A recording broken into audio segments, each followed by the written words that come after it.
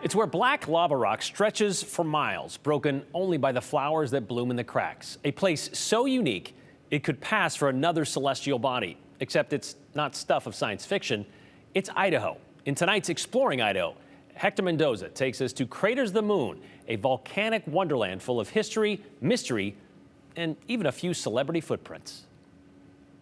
You don't have to leave Earth to see this lunar landscape.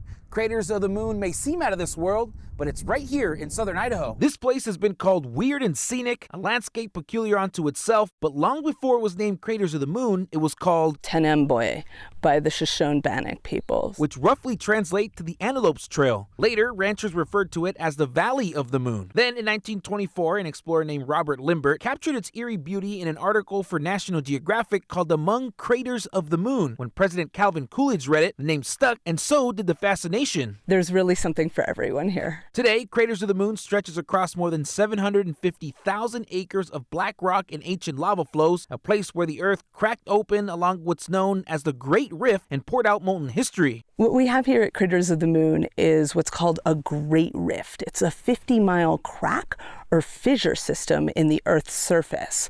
So over time, all the lava has spilled out of that one central rift.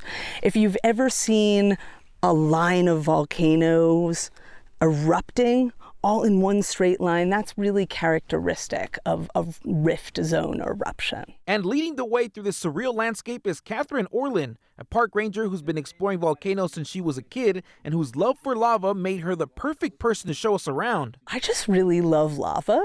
I think it's endlessly fascinating to think about how lava formed on the landscape. The landscape is stark, dark, and dramatic, formed by a series of eruptions in the last 16,000 years that have stacked layer upon layer like pancakes. So there's jagged lava, there's smooth lava. The Hawaiian terms are a'a lava and pahoehoe lava, and it just makes for a wonderful, unique landscape. But Craters isn't just rock and shadows. We have flowers of every color, and they grow in this black landscape, and they really stand out, all the colors. It's a view that would impress anyone, even astronauts.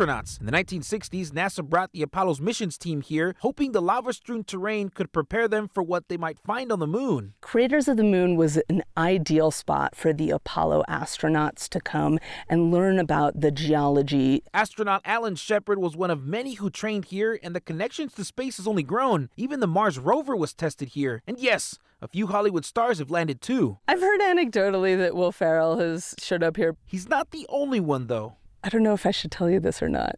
Let's just say a certain Hollywood actor who played an Apollo 13 astronaut may have stopped by, but we'll leave that to your imagination. No way.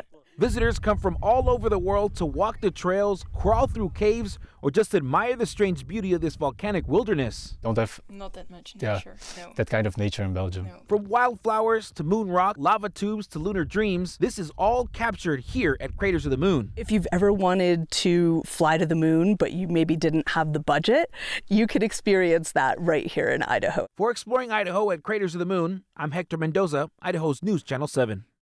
And Craters of the Moon is a national monument, one of 3 in Idaho. Summer hours for Craters of the Moon are from 8 in the morning to 6 in the evening every day. And if you're planning on exploring the caves, just be sure to stop by the visitor center first, because you're going to need a free cave permit to help protect the bat populations from a deadly disease called white noise syndrome.